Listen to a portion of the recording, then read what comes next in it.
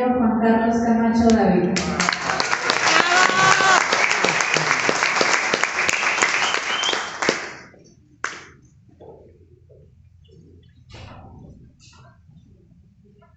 Señor doctor Mauricio Astudillo, presidente de la Corte Provincial de Justicia. Señor doctor Ulises Barragán, presidente del Comité Pro Universidad de Tecnologías Arcángel San Miguel del Ecuador. Ingeniero Ismael Mora, presidente provincial de Construye. Doctor Manuel Albán, distinguido autor del libro La creación de la Universidad de Bolívar.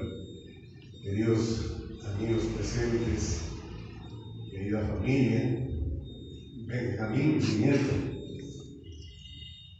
hombre pesado en la política, de 11 años. Qué placer me da poder dirigirme a ustedes con la emoción que causa el hecho de que cuando ya no tenemos poder, cuando hemos perdido el espacio político, todavía nos quedan grandes amigos que están dispuestos a acompañarnos en esta gestión. Con Celso Morejón y con Melanie Astudillo hemos hecho un equipo que trabajó indirectamente unos y otros directamente. Un año, el 2024, que fue un año de lucha para todos los ecuatorianos, porque tuvimos el momento difícil de los apagones, tuvimos que afrontar la acusación hacia la Asamblea Nacional de no haber podido solventar un problema gigantesco que le causó al Ecuador pérdidas económicas. Allí estuvimos nosotros en el debate político y demostrando cuál era la falencia que en ese momento tenía el gobierno nacional. No hemos sido una oposición a rajatabla, no. Nosotros fuimos una oposición que le abrimos muchas veces los brazos al gobierno para decirle mejoremos, construyamos, complementémonos. Pero había un momento político difícil en el que había que buscar culpables y se culpaba a la Asamblea de lo no resuelto, de lo no hecho. En uno de los fragmentos que escucharon yo digo, con una ley no se va a poder resolver los apagones, como no se pudo con la ley antiapagones que la llamaron, en la que debatimos y debatimos en muchas otras leyes. Ustedes pueden ir revisando nuestro informe, que en realidad en un momento determinado puede inclusive llamar la atención porque no hemos logrado tener un resultado. Pero el hecho es de que en el debate hemos participado con la misión que nos encargaron. Nosotros logramos tirar abajo un proyecto de ley del presidente de la Asamblea de ese momento, Trump. También en un fragmento ustedes escuchan que la plata del BIES no puede irse a Miami o a cualquier otro país porque pretendían con una ley abrir las puertas para que se vaya la plata. Yo les demostré, el Banco del Estado, el cual yo fui gerente en alguna ocasión, pagaba aquí el 8, el 9 y hasta el 10% de intereses a los organismos estatales que querían colocar. Y en Estados Unidos y en Europa pagan el 0,5%, con suerte el 1% al año. Entonces, ¿para qué íbamos a mandar? Y le tiré abajo el proyecto con un solo discurso. Todos los demás asambleístas entendieron que era nocivo y aceptaron esa realidad. Ese es el debate político. Y no necesité insultarlo, no necesité irme en contra de la personalidad. Simplemente hice notar lo que estaba pasando y lo que podía pasar si se aprobaba esa ley. Y entonces en la votación le gané para que no se apruebe ese artículo que era el fatal para la reforma del BIES y del IES. Trabajamos intensamente en la Comisión de Educación. Cerca de 80 sesiones en el 2024. 80 sesiones de la Comisión, en las cuales en algunas me reemplazó Celso, me reemplazó Melanie. Como escucharon, con acciones concretas, pero en las 80 sesiones defendimos como hay que defender, sin que sea esa nuestra intención inicial, porque cuando fuimos candidatos no pensamos ir a la Comisión de Educación. Fue la decisión de la mayoría que se armó en el Parlamento entre el ADN, el Social Cristiano y la Revolución Ciudadana la que designaron comisiones. Y entonces a mí me ubicaron en la Comisión de Educación. sin que haya sido esa la aspiración nuestra. Pero nosotros estamos en capacidad de responder pues, a todo lo que se podía presentar en el momento determinado. Hay 15 comisiones, dijimos, de las 15 a la que nos toque, porque no estamos en mayoría, nos tocó para bien de educación. Y entonces defendimos a los docentes comunitarios que no habían cobrado sueldos o no habían sido afiliados al Seguro Social, en algunos casos 27 años, en la mayoría 17, 16 años. Y logramos que se pague $42 millones a este grupo perjudicado y se legalice en el Seguro Social sus recursos, sus dineros, su propiedad. No habían recibido los aportes. Tuvimos que hacer una lucha durísima para que el Seguro Social trabaje y ponga al día todos estos profesores comunitarios y finalmente se logró con base a un catastro que abrieron las direcciones provinciales. Se pagó y claro, el presidente de la República puso el visto bueno, pues si no, no había la plata. Pero la lucha la iniciamos nosotros, particularmente nosotros, desde la provincia de Bolívar. Algunos se quedaron pendientes porque en los catastros que armaron hubo fallas y volvimos a abrir la mesa técnica para que ojalá en este año les paguen a los que se quedaron fuera. Melanie les contó de la lucha contra el tema de los desayunos escolares y la lucha para que se mejore, ¿no? Es que aquella es una experiencia interesante. Yo le llamo de... Ya electo en el tramo entre la elección y la posesión, una buena señora que vende tortillas de tiesto en la bajada para San Lorenzo y San Simón, entrando por la batea. Estábamos ahí conversando mientras tomábamos un café y unas tortillas y me dice: oiga, si usted protesta por los alimentos que les dan a los niños, créase, va a ser histórica su acción. Dice: mis hijos vienen y se enferman cada que toman esa leche empaquetada. Los perritos no quieren comer las galletas que dan. ¿Y saben que eso le costaba al Ecuador $33 millones al año? Entonces, claro, llegamos a la Comisión de Educación y el ministro Calderón en la época, no sé si nuevo en el ministerio o de carrera y vivieron en el ministerio, informó que era una maravilla. Lo despedacé en una intervención en la comisión y conté esta anécdota que les cuento a ustedes. Eso llevó a que tengamos una pugna con este ministro, pugna que terminó sacándolo a él. Tuvo que renunciar porque no resistió toda la acción que desplegamos nosotros en la fiscalización. Y para bien o para mal, el reemplazo fue y es la doctora Alegría Crespo, con quien hemos guardado una armónica relación desde la Asamblea, que inclusive se ha hecho una amistad personal y tenemos un contacto permanente. En esa comisión tratamos reformas de leyes importantes, algunas, como la de cultura. Se hizo todo un nuevo andamiaje para el tema cultural y patrimonial, lamentablemente vetado. En un fragmento de la presentación, ustedes escucharon que yo hablo de la cultura frente a la droga, al crimen. Esa era la intención, darle poder a la cultura, a las casas de la cultura.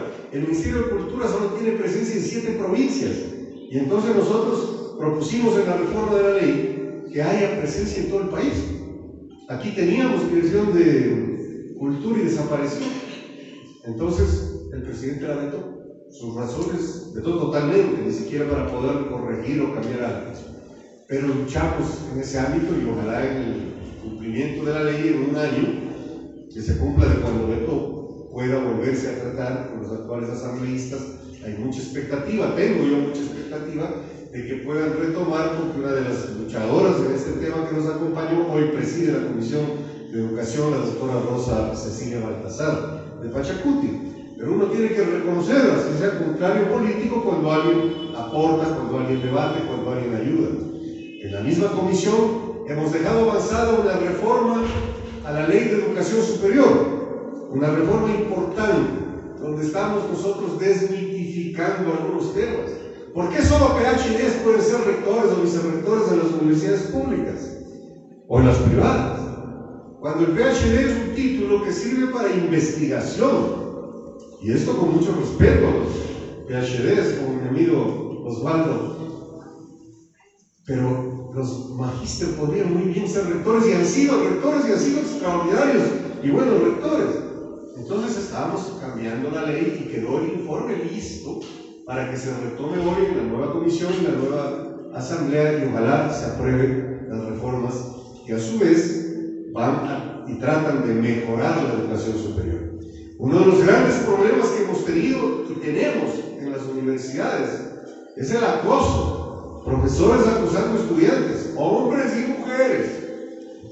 Contra eso, fuimos en la fiscalización, sentamos al CES, al CASES, en la mesa de fiscalización de la Comisión de Educación, y tenemos informes que se presentaron, porque claro, hay veces que queda en el medio hacer los temas, pero si no se empieza tampoco se puede terminar.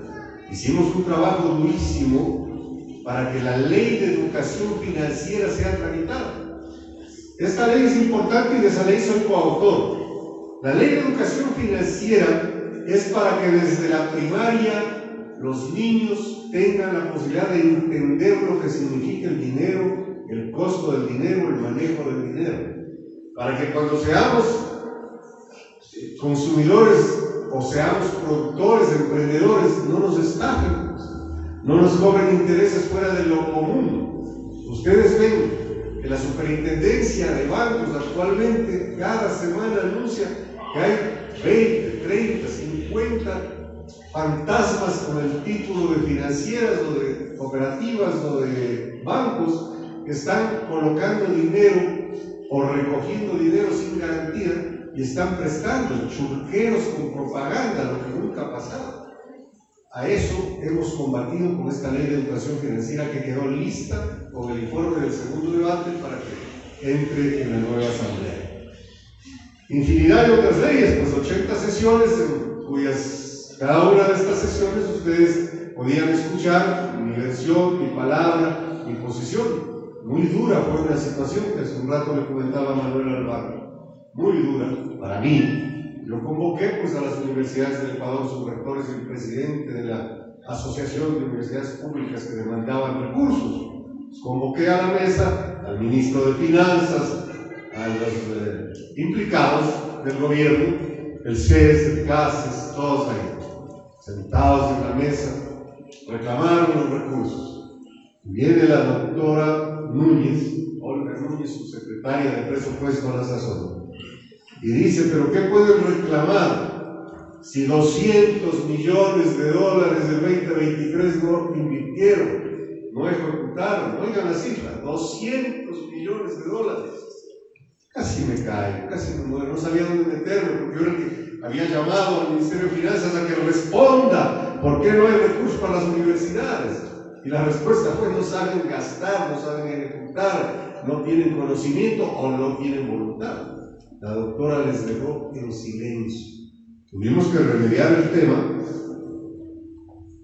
haciendo nuevas sesiones para llegar a determinar que esos recursos en el futuro sí sean ejecutados. Y una de las reformas que planteamos durante la sesión de la comisión, no me acuerdo el número exacto, pero planteamos una reforma de la Ley de Educación Superior para que se ajuste una ley de compras públicas a la necesidad de las universidades, porque esa es una de las razones también. De manera que se trabajó intensamente en la Comisión de Educación, se trabajó en el Pleno, se trabajó, ustedes han visto los fragmentos, en el 2024 participé en 15 debates dentro del Pleno, a ese estilo de discurso, sin necesidad de gritar mucho, sin necesidad de ofender, pero siempre captando la atención y a veces el aplauso de los demás legisladores.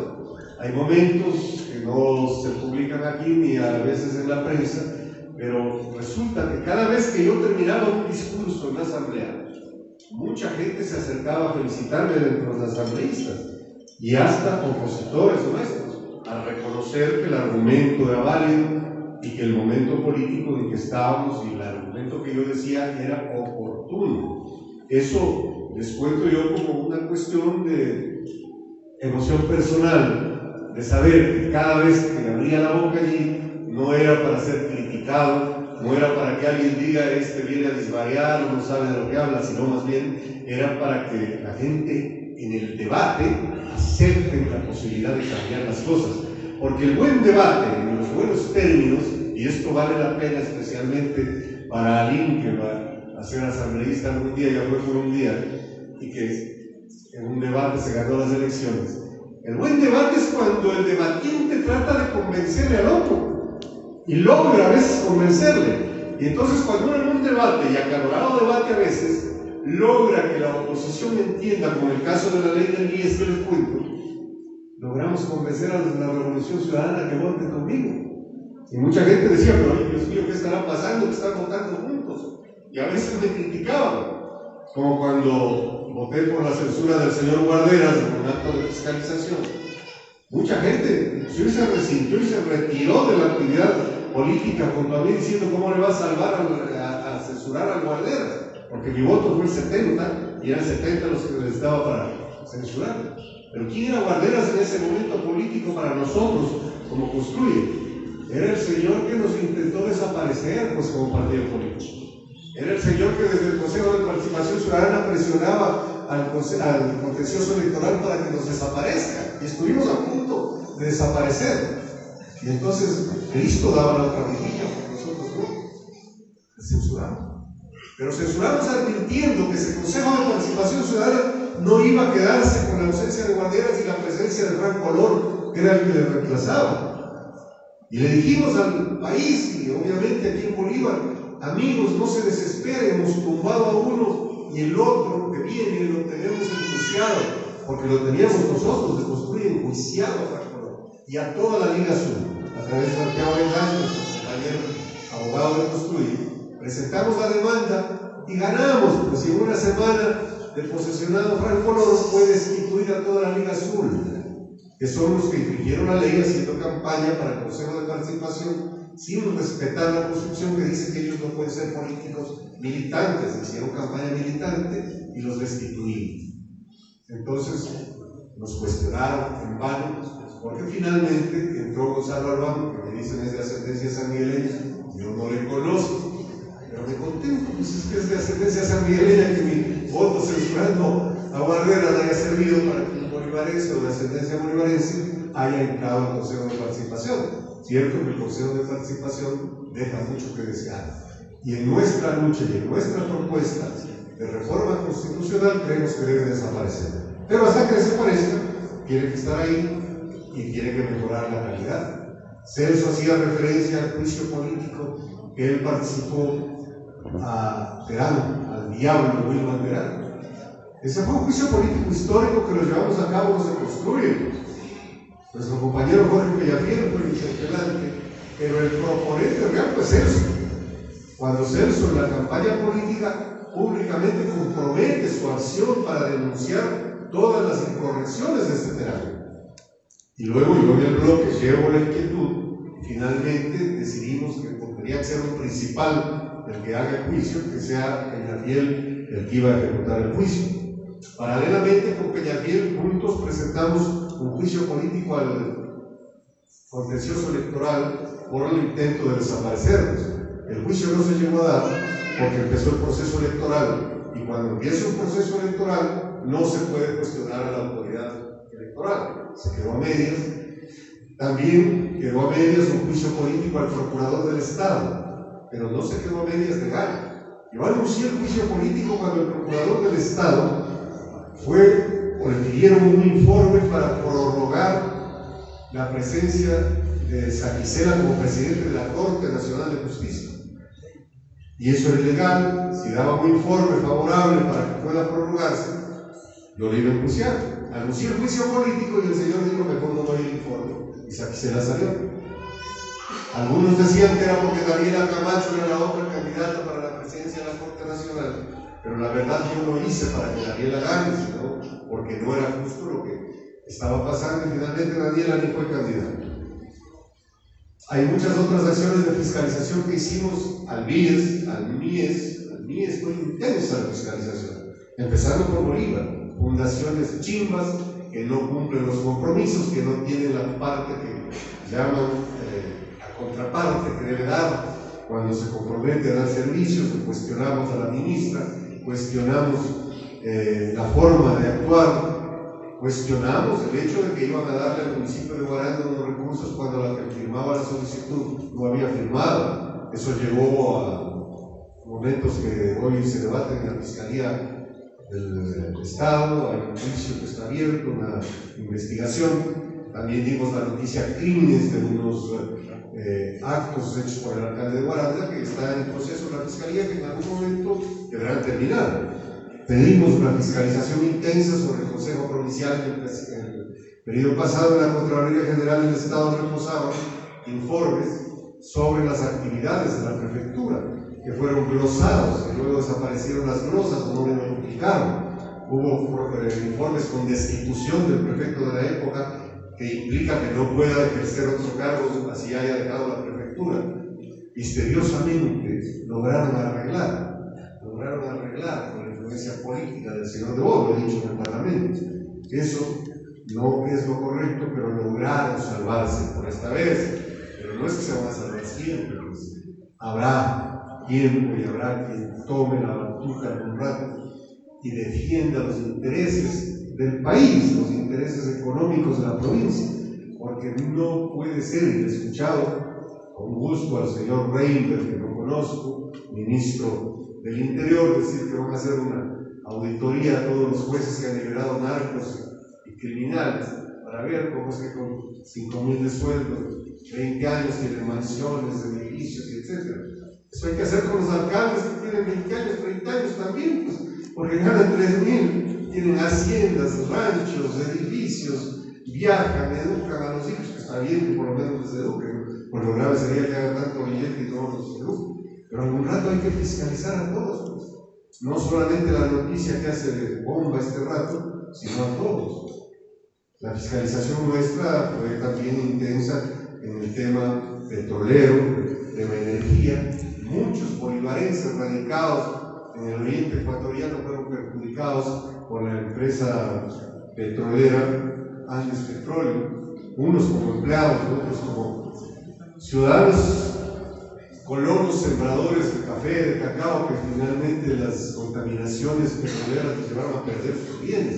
Nunca lo reivindicaron, nosotros abrimos y para eso actué en la Comisión de Fiscalización, en la Comisión de Biodiversidad, de la que no soy miembro, no era miembro, pero hay un método de poder actuar pidiendo incorporarse a la comisión y llevé a los delegados de estos pueblos orientales, la mayoría bolivarenses, a que hagan sus denuncias y puedan reclamar, y sirvió, porque finalmente la compañía tuvo interés en contratar con el Estado ecuatoriano nuevamente y tuvo que cumplir con ellos primero para licitarse.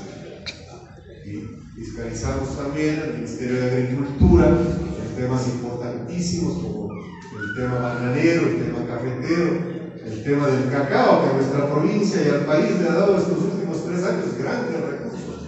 El quintal de cacao llegó a ponerse a $500 y nosotros hicimos las alertas necesarias para que el Estado pueda ayudar a los productores de cacao, porque hay veces, esto es como cuando se gana la lotería, los cacaoeros empezaron a tener tanta plata que empezaron a gastarse como locos.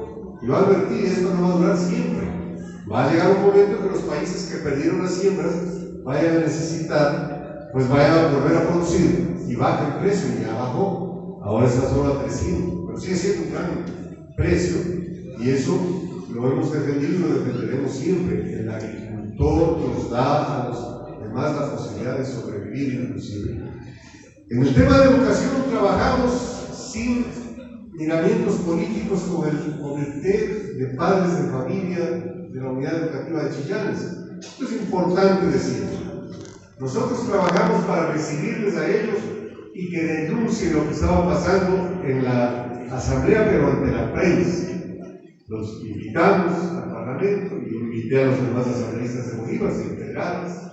Luego hicimos la gestión con la ministra Alegría Fresco. Logramos que se incluya a la Unidad Educativa de Chillanes en el préstamo del Banco Interamericano de Desarrollo, que viene de $100 millones para infraestructura. Cuando ya estaba eso hecho, asomaron, como siempre, los papás de la victoria, los que han conseguido, y no nos importa eso, porque sabemos de nuestra conciencia que lo hicimos y lo hicimos bien. y que el crédito que viene para esa infraestructura fue parte trabajada por un bolivarense que la mamá nunca me autoriza a que lo nombre. Entonces yo no lo nombro, pero en la conciencia sabemos cómo se hizo y cómo se logró para que esté en camino. Y a los padres de familia les dije con sinceridad, no esperen que sea de la noche a la mañana. Si se han demorado 7 años en llegar a donde han llegado, hoy van a tener que esperar, porque los créditos internacionales no vienen de golpe, vienen con procesos, y cuando ya llega la plata, tiene que venir el otro proceso que es el de compras públicas, y se va a demorar. Ya estamos a medio año y todavía no ha empezado el proceso, pero llegará el momento en que, calculo yo, noviembre, diciembre, estén llamando a hacer la nueva institución, la nueva estructura de la unidad educativa de Chillanes. En fin, hemos hecho una tarea que nos comprometimos en la propuesta. Denunciamos y fiscalizamos los temas que en su momento en la campaña electoral y en otros momentos ya como funcionarios nos decían los maestros. Esto de la después 33ª de la ley intercultural, y que fue hecha esa ley hace muchos años y nunca se les pagó el escalonamiento que tenían derecho. Luego, en una propuesta mía de codificación, esa cláusula se convirtió en la 64 y llegamos a un feliz término en la mesa técnica de educación en la que trabajaba directamente con la ministra de Educación, mi asesora Mónica Soledad de Oro. Se llegó a un acuerdo para que se consigan 45 millones de dólares que sea para empezar el escalonamiento para los profesores que tienen más de 25 años y no se les ha pagado ni se les ha reconocido. Esta es una lucha que no quedó nunca porque está hecho el compromiso y la ministra sigue y se ha comprometido públicamente, inclusive dando el presidente de la República, a que tiene que llegarse, así como con los comunitarios, al momento en que deban hacerse el pago y el desarrollamiento para que suban a las categorías que deben corresponder. Entendí mejor el tema de la educación por esta oportunidad de haber estado en la Comisión de Educación. Yo he sido un hombre universitario, como Manuel Albán lo acaba de decir, y soy universitario de compromiso, de los que creen en la universidad como fuente de desarrollo de los pueblos. Pero no conocía todos los problemas que tenían los docentes, especialmente los rurales. Fue un momento de enterarme de todas estas vicisitudes, dificultades, y de dar la mano a quienes tenían la necesidad que se le dé la mano. Y yo escucho y estoy hablando de las noticias y siento que el trabajo que hicimos está todavía sirviendo para que la ministra tome decisiones, acepte diálogos, porque antes la UNED con el ministerio estaban divorciados totalmente. Hoy les veo que se sientan a conversar, llegan a acuerdos. El tema que ha señalado también Melanie de los problemas de los profesores que han sido agredidos, es un tema que tiene que ser analizado con seriedad por el ministerio y por los ciudadanos y los padres de familia. La comunidad tiene que tomar decisiones, y lo dijimos en la mesa de educación y lo dijimos en el pleno. La comunidad tiene que integrarse tanto en el tema de seguridad como con el tema de educación. Padres de familia que no se preocupan de educar a sus hijos, que no se preocupan de cuidar, que no se preocupan de dar normas, finalmente sueltan a que el crimen, la droga, los malditos estos que existen, les busquen, les capten, les conviertan en traficantes, en gatilleros. Hemos vivido dificultades tremendas, pero hemos puesto la voz donde debe estar. Trabajamos en leyes importantes como el Código Agrícola. Este es un código que fue vetado también por el presidente de la República, donde le dábamos la importancia necesaria a los agricultores. Esto no fue autoría mía, pero le incluí para trabajar. Hicimos propuestas de que vuelva el año rural agropecuario. Esa sí fue creación mía cuando era presidente de la FEME de Guayaquil, y que lo desaparecieron en la constituyente de Montecristi, como desaparecieron en la ley 46 de Bolívar. Estamos intentando y dejamos avanzado el tema, porque así como hay enfermeras en el área rural, como hay médicos y otros profesionales, los ingenieros agrónomos, los veterinarios deben hacer un año rural para ayudar a las comunidades, para ayudar. Pero el Estado tiene que darles la posibilidad de que tengan para comer, por lo menos, cuando hacen ese año rural, un sueldo profesional que no es difícil en un momento en que la propia producción agrícola está generando ingresos. Quedaron pendientes cosas importantes como esta por el veto, pero volverán a ser tratados con seguridad. Trabajamos en unas reformas a varias leyes, entre esas nosotros podemos mencionar una de las leyes que fue causa de la consulta popular para que se haga la extradición de delincuentes. Y recuerden ustedes, apelo a su memoria que es mejor que la mía, en la campaña política con Fernando Villavicencio nosotros decíamos hay que llevarles a los delincuentes a que les juzguen en donde han cometido los delitos, como en Estados Unidos, cuando son traficantes hacia Estados Unidos. Y vea, esa ley, para que puedan ser extraditados, hoy va a permitir que este delincuente alias Fito pueda ser llevado hacia Estados Unidos porque allá tiene 7 procesos por tráfico de drogas. Es decir, estuvimos adelantados a los hechos y a las circunstancias. Villavicencio tenía una gran visión sobre eso y nosotros nos comprometimos, una vez que él fue asesinado, nos comprometimos a seguir su lucha y la seguimos. Y hemos hecho hasta donde más hemos podido. Sin embargo, escucharon también un fragmento de los discursos. No logramos que se debate en la Asamblea el informe del asesinato. No logramos que se debate. Y sepan ustedes que la comisión fue presidida por una compañera nuestra de Construir, Viviana Zambrano de Manaví. Pero los 4 otros miembros, uno era de Revolución Ciudadana, ahora es de ADE, de la señora Mónica Salazar, el señor Adrián Cruz, del Independiente, había un representante social cristiano y había un representante de ADN. Los 4 firmaron un informe, aparte de Viviana, que fue de minoría en ese caso, donde decían que a Villavicencio le mató el crimen común. Daban a entender que le intentaron robar algo, puso resistencia y lo mataron. Cuando todos vimos los videos, cómo le acribillan, cómo le empujan a la camioneta para que reciba una docena de balas, pero así actuaron. Y yo les reclamaba debatir para mostrarles en el pleno lo que habían hecho. Y nunca, la señora Veloz, nunca quiso poner en orden. Viviana Zambrano, que era la presidenta de la comisión, le exigía todas las semanas una carta, debatamos, ponga el debate. Nunca quiso debatir, pero se va a llegar a descubrir. Se va a llegar a descubrir porque en esos teléfonos que han capturado de este Fito está la orden del asesinato, según sabemos extraoficialmente.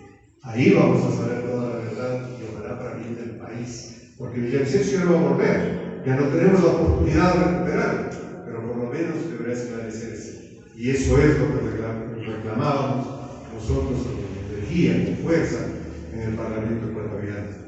Infinidad de otros temas que se abordaron y que están en nuestras redes sociales, que han sido publicados por los medios de comunicación, pero hay unas que son importantes que al terminar este informe yo les digo.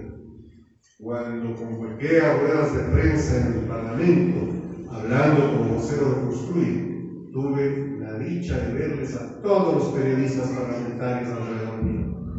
Tuve la posibilidad de defender tesis, de defenderle a Diana Salazar, a quien considero una mujer importante en la historia de este país, frente a la acción de la Comisión de Fiscalización que pretendió sentarle a Diana Salazar frente a una pantalla donde el señor Aliaga estaba prófugo, que fue miembro de una pandilla de los Latin Kings, quería calumniarle en público. Nosotros paramos eso y salía a dar una rueda de prensa para defenderla y toda la prensa nos escuchó y nos publicó. Igual que cuantas otras ruedas de prensa correspondieron representar a Construir siendo voceros por temporadas, tuve acogida de los medios de comunicación nacionales. He dado durante el año 2024 cerca de 100 entrevistas entre locales y nacionales, medios de Guayaquil, de Cuenca, de Manabí y de Quito, por supuesto. Me han invitado a sus foros, a sus estudios para debatir sobre diferentes temas y nunca he pactado una pregunta. Como asambleísta he ido dispuesto a que me pregunten lo que quieran preguntar. y he respondido con la verdad. Y si algún momento me preguntaba algo que no sepa, como honorabilidad habría dicho no sé, porque eso no es delito no saber, todos ignoramos algo. Finalmente, quiero agradecerles a ustedes la presencia, a quienes han estado atentos a través de la transmisión de la radio, a quienes están pendientes de nuestras actividades, decirles que el compromiso nuestro, aunque he anunciado que no volveré a las líneas electorales, el compromiso nuestro de servicio sigue y seguirá. Nosotros en los próximos puntos vamos a reconocer a importantes personalidades de la provincia y sobre todo a Manuel Vistín, un amigo querido que falleció en esta lucha, en este proceso, y que merece un homenaje de toda la provincia, ojalá del país. Les agradezco inmensamente por la voluntad de atenderme.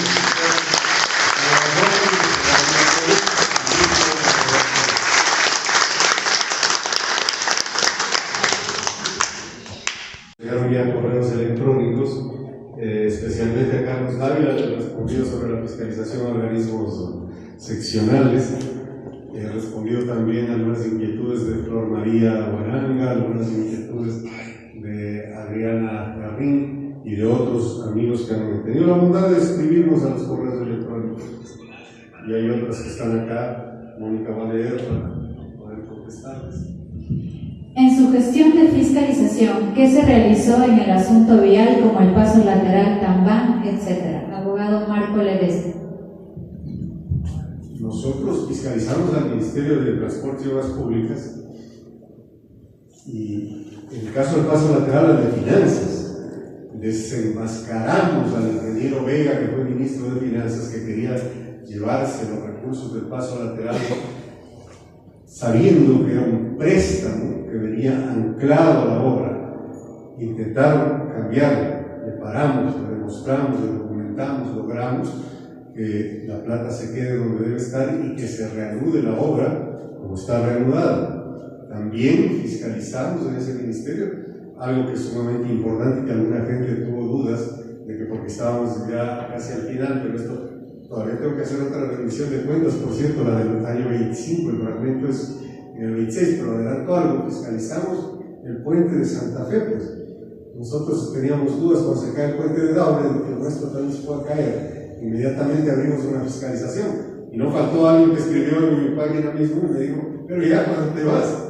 Pero cuando me iba, el ministro enseguida respondió y nos informó, pues ese puente estuvo a cargo del municipio de Guaranda hasta el año 2024 y no fue mantenido, estaba con un informe técnico de peligro y riesgo alto. Y entonces en el 24 asume el Ministerio de Transportes nuevamente y hace un trabajo de recompensación y nos informaron con todos los datos, las fotos, los videos captados bajo el puente, los trabajos que hacían con se me va los troncos, y pudimos estar tranquilos ahora de que el puente va a resistir y a resistir pues toda la andanada que hemos tenido durante el cierre de la vía Santo Domingo, de manera que estuvimos pendientes y estaremos siempre pendientes de estos temas. ¿Qué importancia e influencia tendrá la Universidad Tecnológica Arcángel San Miguel del Ecuador para la provincia y el país, siendo usted, ingeniero Juan Carlos Camacho, el ideólogo? Esta universidad, como se consiguió y como Manuel Vistín empezó a desarrollar las mallas curriculares y luego el comité complementó todo, tiene que ver con el desarrollo de la provincia y del país. En un momento determinado, cuando la universidad funcione en pleno, siendo de tecnologías, va a ser un aporte inmenso al sector productivo minero. Aquí no hay que tener miedo de hablar de estos temas, yo siempre lo he dicho en cualquier lado. El Ecuador necesita dinero, necesita dólares para que se sostenga la dolarización y para que se sostenga y haya trabajo. Entonces, mientras los proyectos sean con profesionales técnicos que nazcan de la provincia, los proyectos tengan gente que entiende el daño ambiental que causa toda actividad, no solo la minera. La ganadería causa más daño en el mundo que ninguna otra. A cielo abierto la caca es terrible, genera gas butano y los potreros son a cielo abierto. Entonces, la idea de la universidad nace no solo para darle a San Miguel la prestancia que tiene y el haber perdido el instituto, sino para que desde ahí al Ecuador se le dé la posibilidad de desarrollo y a los jóvenes la posibilidad de trabajo, porque en la concepción del proyecto tiene la posibilidad de que salga contratado el graduado de esta universidad, porque así hemos conversado con quienes tienen las concesiones mineras en la provincia y en el país, con la Cámara de Minería, inclusive he tenido conversaciones, pero además de eso, este momento es importantísimo señalar, que buena la pregunta, el gobierno acaba de abrir el catastro minero, de manera que es muy posible que aumenten concesiones en la provincia, que se interesen por mayores concesiones y con eso haya mucha más demanda de profesionales. En este momento no la hay todavía porque están en exploración y recién las naves van a explotación, pero en el momento en que esto sea completo, pues va a necesitar profesionales por cientos, tal vez por miles. Saludos cordiales de ingeniero Juan Carlos Camacho, felicitaciones por su trabajo en la Asamblea. Mi pregunta es, ¿por qué razón no se dio el ejecútese a la 74ª a la reforma de la Ley Orgánica de Educación? O sea, el ejecutse sí está porque la ley está vigente, el ejecutse lo puso en su momento el presidente Lenín Moreno. Lamentablemente el Ministerio de Finanzas nunca despachó los recursos, aduciendo que no había estado el informe de dictamen previo cuando se aprobó la ley y el presidente puso el ejecutse. Eso es lo que hemos llegado al convenio en la mesa técnica para que se pongan los recursos. Por lo pronto, en este año, el compromiso es $45 millones que servirán para ejecutar, para que se cumpla la disposición legal. ¿Qué pasó con el proceso de fiscalización Arturo Rojas en el caso de la obtención del título de grado al señor que se encuentra recluido en la cárcel de La Tacunga, como la Asamblea ha hecho el seguimiento de este proceso? Nosotros, personalmente, fui el primero que denunció la investigación, pero cuando la Fiscalía abre una indagación, los demás tenemos que esperar. No podemos ya ni intervenir porque se vuelve la indagación secreta. Ustedes saben que yo no soy abogado, pero ya soy leguleyo tantas veces en el Parlamento y también con tantos amigos abogados. Ya no puedo no intervenir cuando la Fiscalía ha intervenido. De manera estricta, clara y precisa, ¿cuántos proyectos de ley y propuestas de reformas fueron presentadas y igualmente cuáles fueron aprobadas? La otra pregunta tiene la misma relevancia, que se considera cuáles fueron los proyectos presentados. 12 proyectos presentamos nosotros como Construye, en los cuales yo fui partícipe.